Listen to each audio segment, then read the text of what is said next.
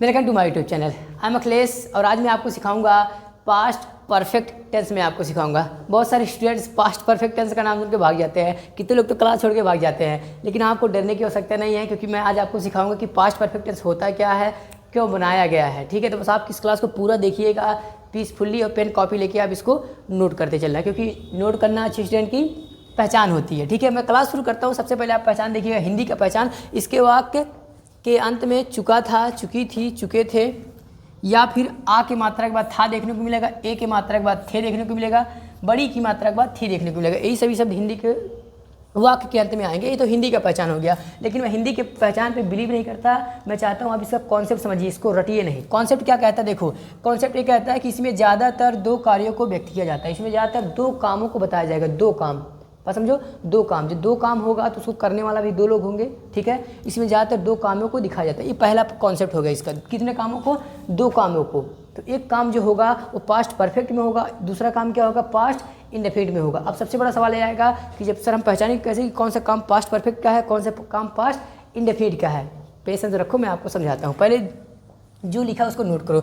यहाँ देखो क्या लिखा मैंने, जो कार्य पहले हुआ, जो कार्य पहले हुआ उसे कहेंगे पास्ट परफेक्ट कहेंगे, और जो बाद में हुआ उसे कहेंगे पास्ट इंडेफिनिट। मतलब पास्ट परफेक्ट मतलब होता है बाप, और पास्ट इंडेफिनिट मतलब होता है बेटा। तो पहले बाप आएगा, उसके बाद तो बेटा आएगा।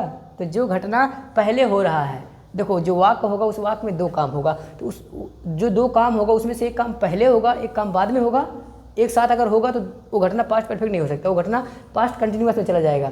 तो ऐसा होगा कि एक काम अभी हुआ, एक काम बाद में हुआ। तो जो काम सबसे पहले होगा वो कहा जाएगा बाप, क्योंकि बाप पहले आता है। तो बाप पहले आया मतलब जो घटना पहले हुआ वो घटना कहेंगे पास्ट परफेक्ट, और जो घटना बाद में हुआ मतलब बेटा बाद में आया तो उसे कहेंगे पास्ट इंडेफिनिट। तो ऐसा समझ लीजिए, जो पास्ट परफेक्ट है बाप होता है, और पास्ट इंडेफिनिट इसका बेटा होता है। तो पास्ट परफेक्ट का घटना पहले आएगा और पास्ट इंडेफिनिट घटना बाद में आएगा। सर थोड़ा थोड़ा समझ में आएगा। अभी मैं एग्जांपल दे रहा हूँ, आपको 100% समझ में आएगा। बस आप पीसफुली क्लास को पूरा देखो। देखो मैं एक एग्जाम्पल यहाँ पे लिख के रखा हूँ। देखो हिंदी पहले समझो। वह मेरे काटने के बाद इसे बेच दिया था। इसमें देखो दो काम हुआ, एक काम हुआ काटने का, एक काम हुआ बेचने का। तो पहले बताओ कौन सा घटना पहले हुआ? जब कटा, पहले घटना क्या हुआ, कटरा, उसके बाद बेचा। तो पहले बाप क्या हुआ, बाप मतलब बाप का वाला बात काटना हुआ, और बेटे वाली बात बेचना हुआ। बात समझो। काम कौन सा काम पहले हुआ? पहले क्या हुआ, काटा, काटने का काम पहले समाप्त। उसके बाद क्या हुआ, बेच दिया। तो जो कटा वो बाप था मतलब पास्ट परफेक्ट था, और बेचना वाला घटना ये बाद में हुआ ना, तो इसी घटना को कहेंगे पास्ट इंडेफिनिट कहेंगे। सर कहेंगे आप 80% पहचान क्लियर हो गया, अभी 100% क्लियर नहीं हुआ होगा।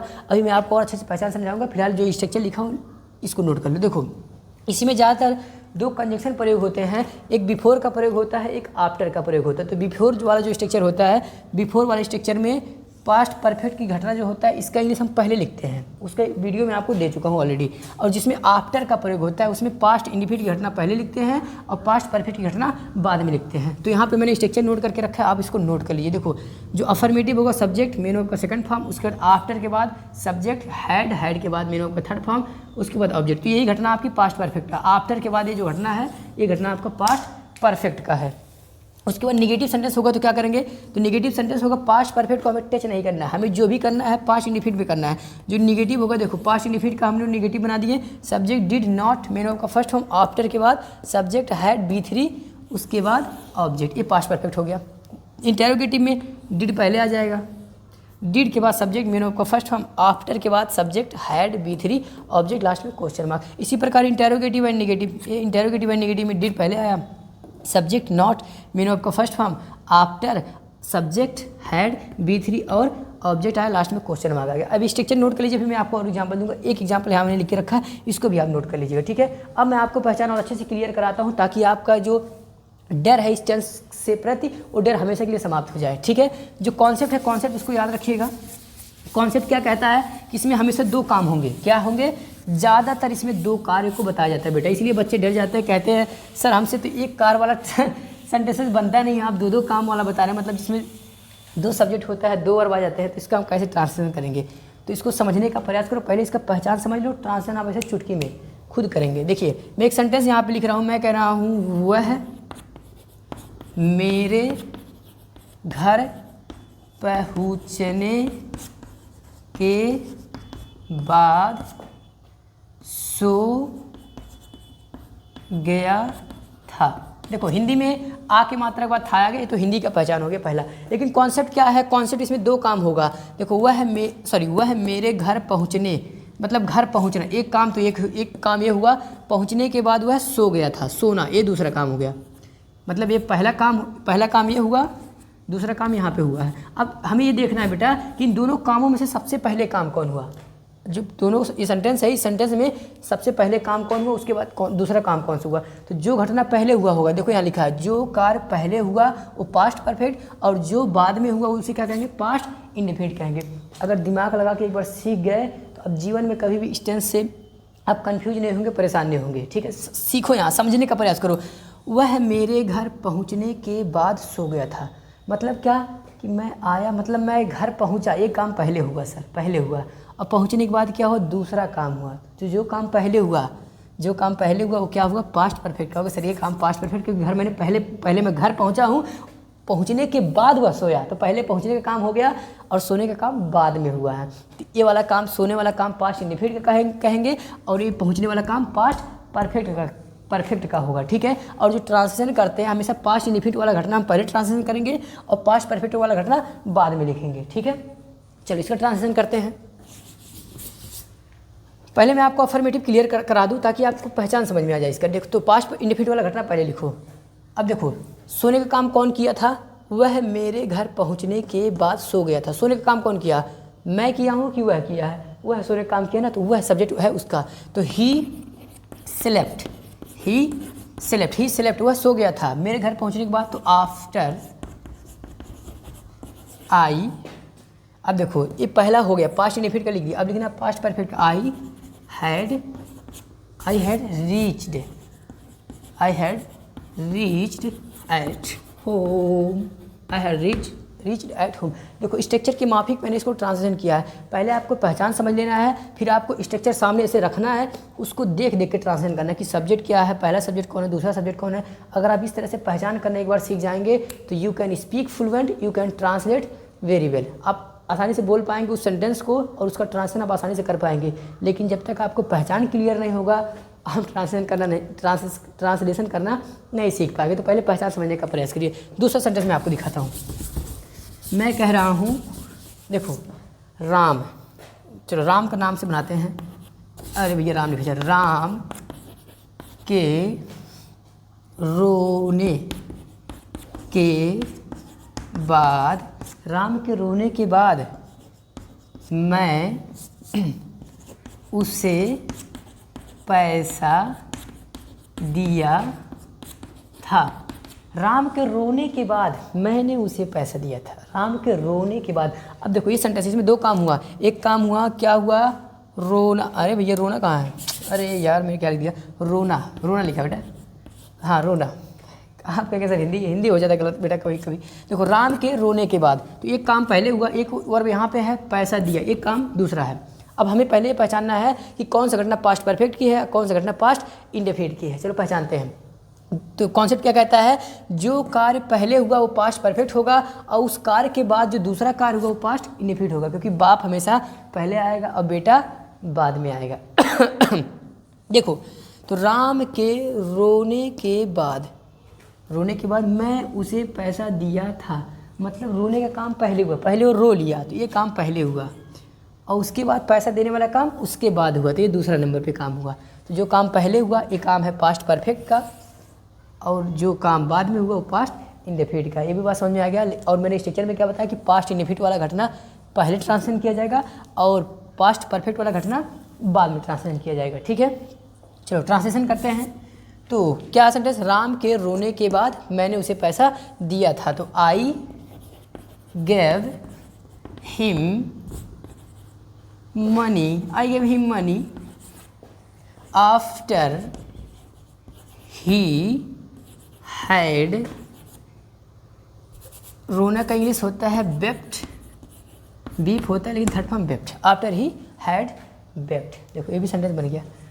पहचान आई थिंक आपको क्लियर हो गया होगा। अगर आप भी पहचान क्लियर नहीं है तो लास्ट एग्जाम्पल मैं आपको देता हूँ, उसके बाद मैं फिर आपको 2-4 एग्जाम्पल और दूंगा, फिर मैं अफर्मेटिव नेगेटिव सबका एग्जाम्पल मैं आपको दूंगा। ठीक है, अफर्मेटिव के एग्जाम्पल और, उसके बाद मैं फिर हिंदी लिखूँगा नहीं, ठीक है। इतना अगर ध्यान दिए होंगे तो पहचान अभी तक समझ में आ गया होगा। एक और मैं कह रहा हूँ सोनू, सोनू, सोनू के खेलने के बाद, सोनू के खेलने के बाद, अच्छा वह नहीं लिखते हैं, हाँ दूसरे का नाम लिखते हैं। सोनू के खेलने के बाद मोनू, मोनू कैसे लिखा जाएगा भैया, हाँ ऐसे, ठीक है। सोनू, अरे भैया सोनू लिखा जाएगा, हाँ। सोनू के खेलने के बाद मोनू, मोनू, मोनू घर गया था। चलो ये सेंटेंस है हमारे सामने। अब हमें ये पहचानना है, at first we have to identify कि कौन सा घटना पास्ट परफेक्ट की है, कौन सा घटना पास्ट इंडेफिनिट की है, पहचानते हैं। कॉन्सेप्ट हमारा क्या कहता है कि जो कार्य पहले हुआ पास्ट परफेक्ट, जो घटना बाद में हुआ पास्ट इंडेफिनिट होगा, पहचानते हैं। तो सोनू के खेलने के बाद, खेलने के बाद, खेलने वाला काम पहले हो गया, खेलने के बाद मोनू घर गया था। तो कौन सा काम पहले हुआ, खेलने का काम, एक घटना बेटा पहले हुआ, और एक घटना क्या हुआ, घर जाने वाला, गया वाला घटना बाद में हुआ। तो B1 ये है, B2 ये है। पहले ये काम हुआ फर्स्ट पे, सेकंड पे काम हुआ। तो जो काम पहले होता है फर्स्ट पे, जो काम होता है फर्स्ट पे, कौन, बाबूजी फर्स्ट पे और बेटा सेकंड नंबर पे ना। तो पहले जो है ये बाप है, मतलब पास्ट परफेक्ट घटना खेलने वाला है, और घर जाने वाला घटना ये पास्ट इंडेफिनिट की है। तो जो ट्रांसलेशन किया जाएगा पास्ट इंडेफिनिट का पहले बनाएंगे और पास्ट परफेक्ट का बाद में बनाएंगे, ठीक है। चलो ट्रांसलेशन कर देते हैं।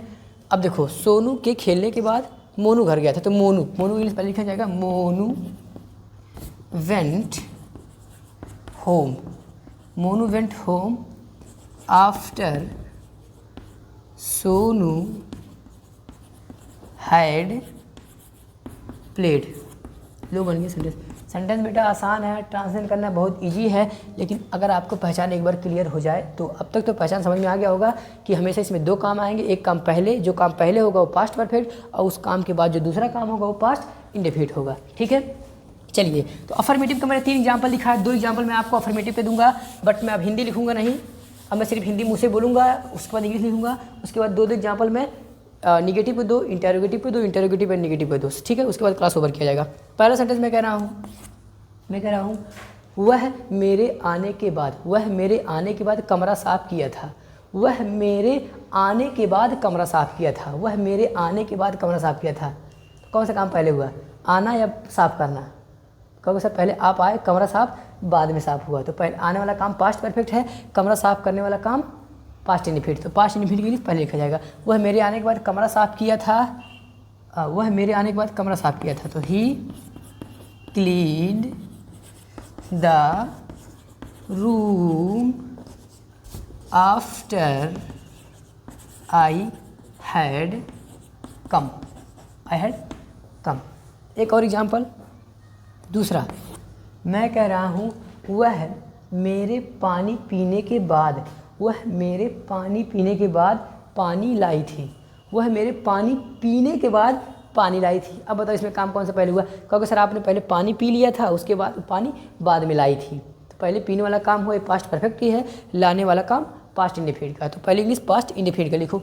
वह पानी लाई थी, तो she brought, BROUGHT, she brought the water, she brought the water after I had drunk, drink का third form drunk, drunk it, it मतलब पानी, इट मतलब यहाँ पानी है, ठीक है। देखो 2 एग्जाम्पल हो गया, ठीक है। अब मैं आपको निगेटिव इंटेरोगेटिव में निगेटिव दिखाऊंगा क्योंकि स्ट्रक्चर आपको समझाना है मुझे, ठीक है। आई होप कि आप इस टेंस का पहचान आप समझ में आ गए होंगे। सर बिफोर वाला क्या? बिफोर वाले में बेटा जो होता है पास्ट इंडेफिनिट घटना पहले लिखते हैं, और सॉरी बिफोर जिसमें बिफोर आता है उसमें पास्ट परफेक्ट घटना पहले लिखते हैं और पास्ट इंडेफिनिट वाला घटना बाद में लिखते हैं। जाके पिछले क्लास में आप देख लीजिए वहाँ, ठीक है। चलिए अब मैं आपको निगेटिव दिखाता हूँ। निगेटिव मतलब जिसमें नई शब्द काम प्रयोग करेंगे। और ध्यान रखिएगा निगेटिव हम सिर्फ पास्ट इंडेफिनिट का बनाएंगे, पास्ट परफेक्ट का निगेटिव नहीं बनेगा। वो जहाँ है वहीं पर रहेगा, बाप बाप ही रहेगा, बेटे में परिवर्तन करते रहेंगे, बेटे के चेहरे में क्रीम पाउडर लगाते रहेंगे हम लोग, ठीक है। हाँ, मैं कह रहा हूँ वह मेरे आने के बाद, वह मेरे आने के बाद पानी नहीं लाया था, वह मेरे आने के बाद पानी नहीं लाया था। देखो आने का काम पहले हो गया, पानी नहीं लाया था, तो ये घटना बाद की है, ठीक है। तो निगेटिव पहले बनाओ। So he did not bring the water after I had come. लो बन गया, एक निगेटिव हो गया। देखो स्ट्रक्चर है ना, subject did not, main verb का फर्स्ट फॉर्म, ऑब्जेक्ट यहाँ है तो यहाँ पे लिख दिया हूँ ऑब्जेक्ट, आफ्टर के बाद सब्जेक्ट है, हैड है, मेन वर्ब का थर्ड फॉर्म है।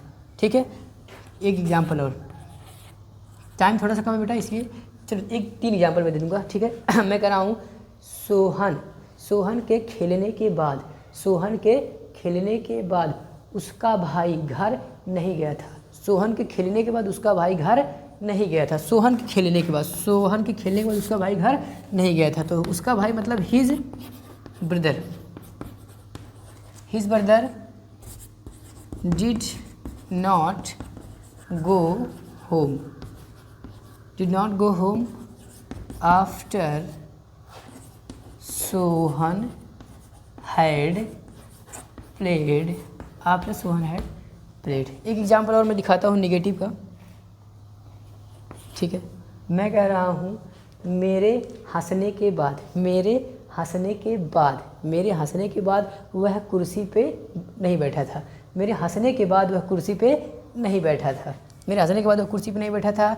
सो he did not sit in the chair भी हो सकता है, ऑन द चेयर भी हो सकता है। चलो मैं in the chair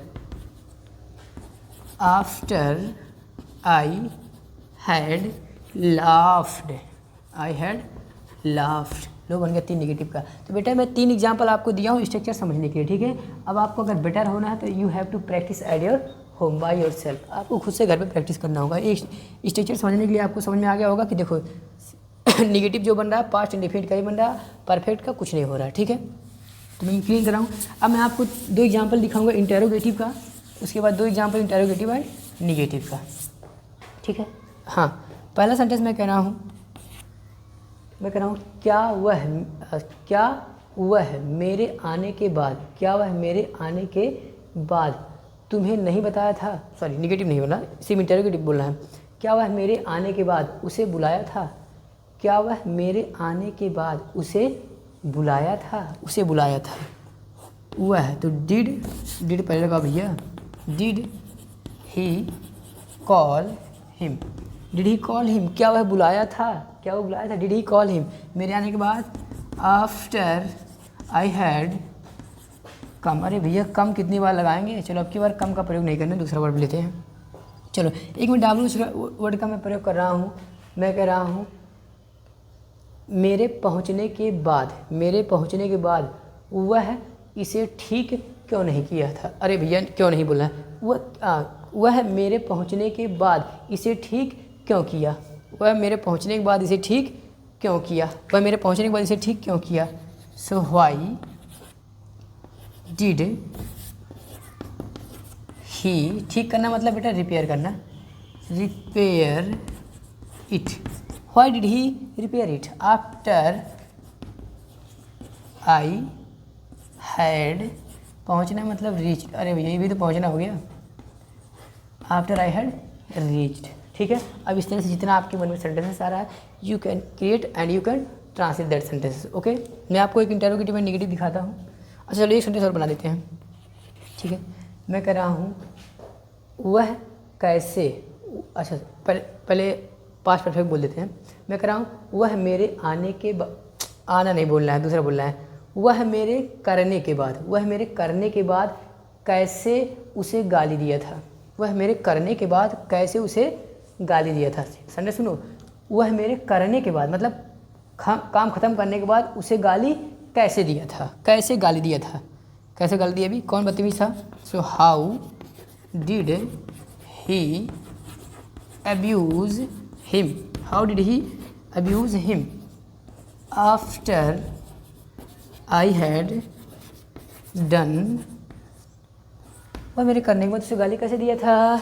how did he abuse him after I had done, how did he abuse him after I had done. चलिए 3 एग्जाम्पल हो गया, स्ट्रक्चर आपको समझ में आ गया होगा अभी। ठीक है, पहचान क्लियर हो गया होगा तो सबसे बड़ी बात आप यहाँ पे आपके लिए ये है कि अगर पहचान क्लियर है तो आप सेंटेंस खुद फॉर्म कर सकते हैं, स्ट्रक्चर के थ्रू आप खुद से ट्रांसलेशन कर सकते हैं। अब 2 एग्जाम्पल मैं दूंगा जो इंटेरोगेटिव भी होगा और निगेटिव भी होगा। ठीक है, मैं कह रहा हूँ मेरे पढ़ाने के बाद उसने इसे क्यों नहीं लिखा था। मेरे पढ़ाने के बाद उसने इसे क्यों नहीं लिखा था। मेरे पढ़ाने के बाद उसने इसे क्यों नहीं लिखा था। क्यों नहीं लिखा था। Why did he not write? Why did he not write after I had taught? पढ़ाना मतलब taught होता है बेटा, TAUGHT, after I had taught। अगला सेंटेंस, मैं कह रहा हूँ मेरे समझाने के बाद वह उससे बात क्यों नहीं किया था। मेरे समझाने के बाद वह उससे बात क्यों नहीं किया था। क्यों मतलब why did he not talk to her after I had, समझाना मतलब होता है explained, हो सकता है कुछ कट गया हो, वीडियो में ना आया हो। तो आफ्टर आई हैड एक्सप्लेन्ड, मेरे समझाने के बाद वह उससे बात क्यों नहीं किया था। एक लास्ट एग्जांपल, उसके बाद क्लास किया जाएगा ओवर। मैं कह रहा हूँ क्या मेरे पूछने के बाद वह उससे झगड़ा किया था। क्या, फिर से सेंटेंस सुनो, अच्छा निगेटिव बोला ना। क्या मेरे पूछने के बाद वह उससे झगड़ा नहीं किया था। क्या मेरे पूछने के बाद वह उससे झगड़ा नहीं किया था। मेरे पूछने के बाद वह झगड़ा नहीं किया था क्या। सो डिड ही नॉट, झगड़ा करना मतलब फाइट लगा सकते हैं, क्वेरल लगा सकते हैं, FIGHT। Did he not fight, अच्छा उससे, सो विथ हिम, अच्छा हर लगाते हैं, लड़की झगड़ा कराते हैं, लड़के झगड़ा के ऊपर आए। With her after I had asked, पूछना मतलब आस्क्ड, आई हैड आस्क्ड, बड़ा सा क्वेश्चन मार्क खुला हो गया। तो 3 एग्जाम्पल मैंने आप इंटरोगेटिव में नेगेटिव को बना के लिखा है। तो आई होप कि अब आपको स्ट्रक्चर समझ में आ गया होगा, पहचान समझ में आ गया होगा। अगर वीडियो अच्छा लगा हो तो प्लीज़ चैनल सब्सक्राइब करिए, लाइक करिए एंड 2-4 फ्रेंड के साथ आप शेयर करिए। Thanks for watching this video.